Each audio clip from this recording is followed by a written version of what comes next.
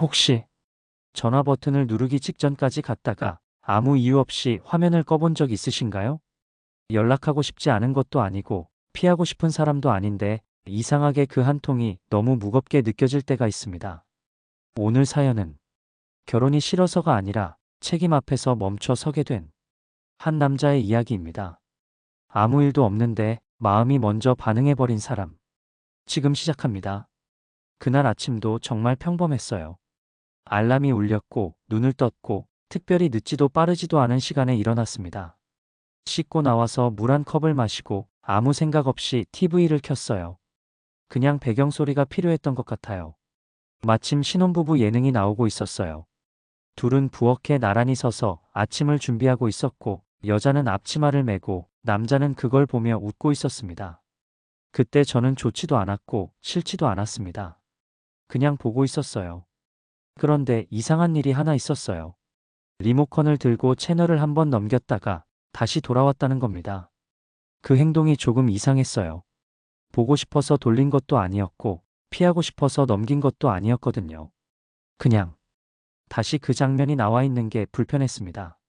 남자가 여자를 보며 말했어요. 오늘은 내가 설거지할게.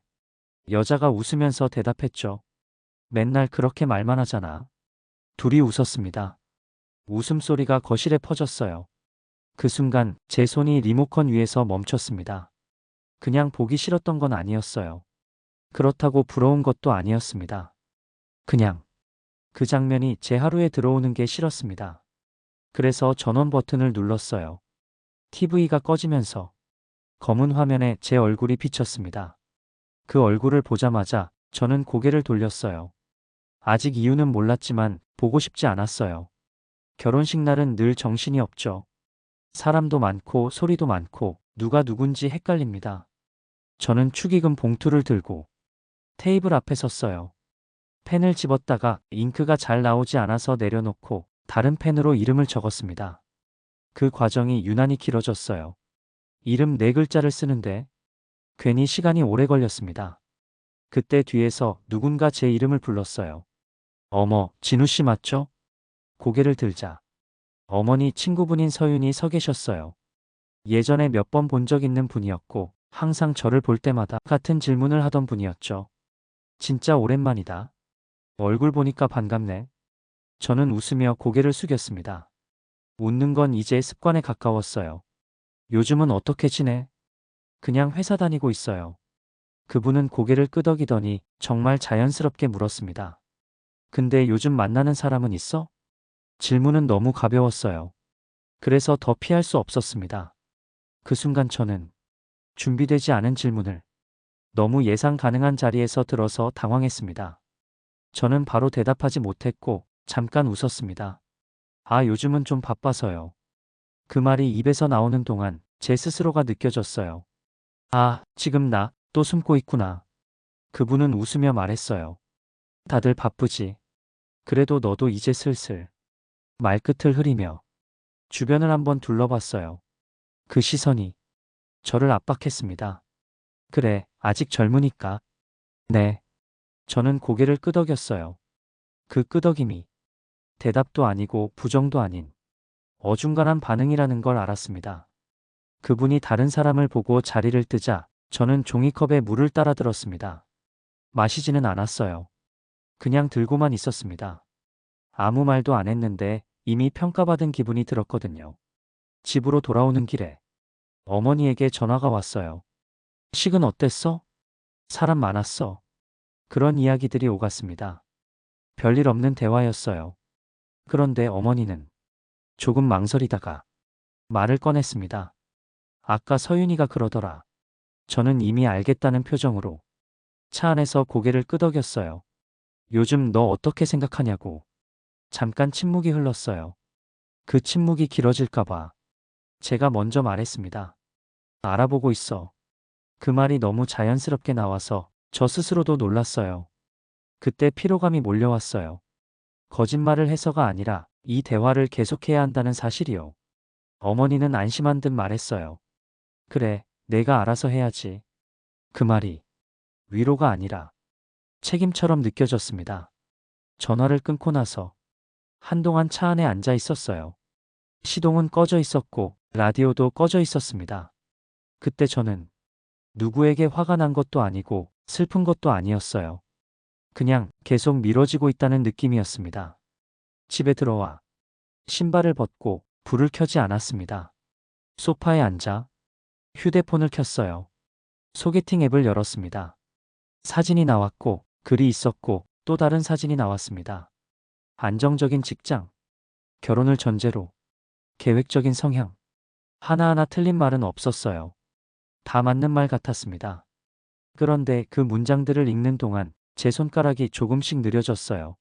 오른쪽으로 넘길까, 왼쪽으로 넘길까. 그 선택 앞에서 저는 묘한 기분이 들었습니다. 회피와 안도 사이 무언가를 느꼈습니다. 결국 왼쪽으로 넘겼습니다. 다음 사람. 또 넘김. 또 넘김. 그 행동이 이상하게 편했어요. 그때 저는 선택하고 있는 게 아니라 피하고 있었습니다. 하지만 그걸 인정하지 않았어요. 그냥 아직은 아니다라고 생각했죠. 휴대폰을 끄고 탁자 위에 내려놓았습니다. 그날 밤 아무 일도 일어나지 않았습니다. 그래서 더 분명했습니다. 문제는 밖에 있는 게 아니라 제 안에 있다는 거요. 그 사람을 처음 만난 건 회사 근처 카페였습니다. 문을 열고 들어왔을 때부터 걸음이 망설임 없이 곧았어요. 자리를 고르는데도 주문을 하는데도 시간을 쓰지 않았습니다. 그 모습이 처음엔 그냥 단정하다고 느껴졌어요. 저는 지금 스타트업을 하고 있어요. 그녀는 커피를 받으며 말했습니다. 공동 창업자예요. 아직은 안정적이진 않죠. 저는 고개를 끄덕였습니다. 아, 그렇구나 하는 표정으로요. 그녀는 앉자마자 노트북을 열지는 않았지만 말을 시작하는 태도 자체가 이미 정리되어 있는 사람 같았습니다. 불안하긴 해요. 그녀가 말했어요. 근데 이게 제가 선택한 길이라서요. 그 말을 들은 순간 저는 위축이 되었습니다. 그녀가 잘나서가 아니라 그 말 안에 망설임이 없다는 사실이 저를 작게 만들었습니다. 그래도 확신이 있네요. 제가 말했어요. 그녀는 웃으며 대답했습니다. 확신은 나중에 생긴 게 아니에요. 확신을 갖고 시작한 거죠. 그 말이 끝났을 때 제 손은 컵을 계속 만지작거리고 있었어요. 마실 만큼 마셨는데도 컵을 내려놓지 않았습니다. 그녀는 제 이야기를 물었습니다. 진우 씨는요? 그 질문 앞에서 저는 텅 빈 기분이 들었습니다. 회사 이야기, 칼퇴 이야기, 주말 이야기들이 머릿속을 스쳤지만 어느 것도 꺼내고 싶지 않았습니다. 그냥 회사 다녀요. 제가 말했습니다. 그녀는 고개를 끄덕였고 그 끄덕임이 이해라기보다는 정리 같아 보였습니다. 잠시 침묵이 흐른 뒤 그녀가 말했어요. 다음에 또 볼래요? 그 질문이 싫지는 않았어요. 그런데 동시에 그 자리에 더 앉아 있는 게 버거웠습니다. 그래서 저는 조금 웃으면서 말했습니다. 요즘 정신이 없어서요. 카페를 나와 유리문에 비친 제 모습을 봤을 때 저는 일부러 고개를 숙였습니다. 그 이후로 비슷한 자리가 계속 이어졌어요. 회사 동료의 돌잔치, 팀 회식, 오랜만에 만난 친구 자리까지 어디를 가든 같은 질문이 나왔습니다. 너는 언제야? 아직이야? 너 정도면 충분히 하지. 그 말들은 모두 웃음 속에서 나왔고 그래서 더 피하기 어려웠습니다. 저는 항상 같은 방식으로 반응했어요. 웃고 잔을 들고 농담처럼 넘겼습니다. 나중에요. 아직 잘 모르겠어요. 회식 자리에서 상사가 말했습니다. 이제 가정 있는 사람들이 팀의 중심이야. 그 말이 농담처럼 던져졌지만 저는 웃지 못했습니다. 잔을 들었지만 마시지는 않았어요. 화장실에 가서 거울 앞에 섰습니다. 거울 속 제 얼굴은 아까보다 조금 지쳐 보였어요. 누군가 저를 밀어낸 건 아닌데 제가 한 발 뒤에 서 있는 느낌이었어요. 손을 씻고 물기를 털고 다시 웃는 얼굴을 만들고 자리로 돌아갔습니다. 그 다음에 만난 사람은 처음부터 계획을 꺼냈습니다. 메뉴를 고르기도 전에 휴대폰을 꺼냈어요. 저는 시간이 많지 않아요. 그 말이 먼저 나왔습니다. 그래서 이것저것 미리 계산해 두는 편이에요. 그녀는 화면을 보여줬습니다. 대출 금액, 이자율, 상환 기간. 숫자가 많았고 그 숫자들은 모두 현실이었습니다. 1년 안에는 집을 사야 하고 그 안에 결혼도 해야 해요. 그 말이 끝났을 때 저는 답답했습니다. 그녀는 계속 말했습니다. 물론 서로 맞아야겠지만 시간을 끌 여유는 없어요. 저는 고개를 끄덕였습니다. 말이 나오지 않았어요. 진우 씨는 언제쯤 결혼 생각하세요? 그 질문 앞에서 저는 궁지에 몰렸습니다. 아직은.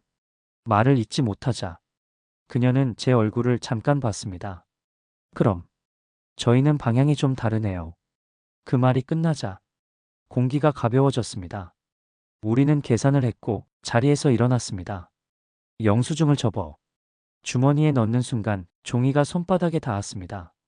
그때 저는 해방과 상실을 동시에 느꼈습니다. 그날 밤 몸이 뜨거웠습니다. 체온계를 보지 않아도 열이 있다는 걸 알 수 있었어요. 약을 주문했고 문 앞에 봉지가 놓였습니다. 봉지를 뜯는 손이 생각보다 느렸어요. 약을 꺼내고 물을 마시고 침대에 누웠습니다. 휴대폰을 들었습니다. 연락처를 열었고 스크롤을 내렸습니다. 어머니 이름에서 손가락이 멈췄어요. 그 순간 과거의 장면이 겹쳐졌습니다. 아버지가 아팠을 때 밤마다 체온을 재던 손, 물수건을 짜던 손, 혼자 병실에 앉아있던 시간. 그 기억이 설명 없이 그냥 떠올랐습니다. 그래서 저는 전화를 걸지 않았습니다. 휴대폰을 뒤집어 놓고 눈을 감았습니다. 그날 밤 아무도 오지 않았고 아무 일도 해결되지 않았습니다. 그래도 저는 혼자 버텼습니다. 병원 대기실은 늘 비슷했습니다. 형광등 불빛은 너무 밝았고 의자는 단단했고 사람들은 조용히 앉아 있었습니다. 어머니는 제 옆에 앉아 계셨고 저는 번호표를 들고 있었습니다. 괜찮아? 어머니가 말했습니다. 그 말이 저를 안심시키기 위한 건지 어머니 자신을 위한 건지는 알 수 없었습니다. 저는 고개를 끄덕였어요. 괜찮다고 말하지는 않았습니다.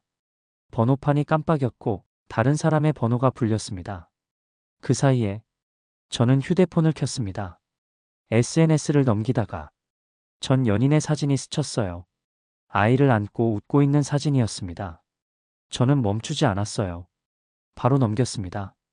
그 행동이 자연스러웠다는 게 조금 서늘했습니다. 아, 나는 저기까지 오지 못했구나. 그 생각이 머릿속에서 말이 되기도 전에 이름이 불렸습니다. 김진우님 들어오세요. 어머니가 천천히 일어났고 저는 옆에서 가방을 챙겼습니다. 그 사람과의 만남은 조용한 식당에서였습니다. 사람이 많지 않았고 테이블 사이 간격이 넓었습니다. 그녀는 물을 한 모금 마시고 조심스럽게 말을 꺼냈습니다. 제가 이런 걸 물어봐도 될지 모르겠는데요. 저는 고개를 끄덕였습니다. 진우 씨는 왜 늘 조금 거리를 두는 것 같아요? 저는 그 질문에 바로 대답하지 않았고 웃지도 않았습니다. 그녀는 제 반응을 기다렸고 저는 컵을 내려놓았습니다. 컵이 테이블에 닿는 소리가 생각보다 컸어요. 혹시 그녀가 말을 이었습니다. 아직 준비가 안 된 건가요? 그 질문 앞에서 예전처럼 웃고 넘길 수도 있었고 애매한 말로 정리할 수도 있었습니다. 그 선택지는 너무 익숙했어요. 저는 잠깐 숨을 고르고 시선을 테이블 위에 둔 채 말했습니다. 저요. 말이 잠시 끊겼습니다. 책임지는 순간 제 삶이 사라질까봐 무서워요. 그 말을 하는 동안 저는 고개를 들지 않았습니다. 그녀는 아무 말도 하지 않았습니다. 숟가락이 접시에 닿는 소리, 옆 테이블에서 나는 대화 소리, 그 모든 게 들렸습니다. 그 정적 속에서 저는 자리를 뜨지 않았습니다. 예전 같았으면 이미 웃으며 말을 바꾸고 분위기를 정리했을 텐데 그날은 그러지 않았어요. 그저 그 자리에 앉아 있었습니다. 그 선택 하나가 제게는 꽤 큰 일이었습니다. 상대가 뭐라고 하든 저는 이미 도망치지 않았다는 사실이 중요했습니다. 집에 돌아왔을 때 방 안은 조용했습니다. 불을 켜고 가방을 내려놓고 소파에 앉았습니다. 휴대폰을 켜 메모장을 열었습니다. 몇 문장을 썼다가 다시 지웠습니다. 그 행동을 몇 번 반복했어요. 완전히 괜찮아진 것도 아니고 문제가 해결된 것도 아니었습니다. 그래도 한 가지는 분명했습니다. 예전처럼 아무 일도 없던 척 지나가지는 않았다는 것. 메모장을 닫고 화면을 껐습니다. 아직 전화를 걸지는 못했습니다. 하지만 이제는 왜 걸지 못하는지는 알고 있었습니다.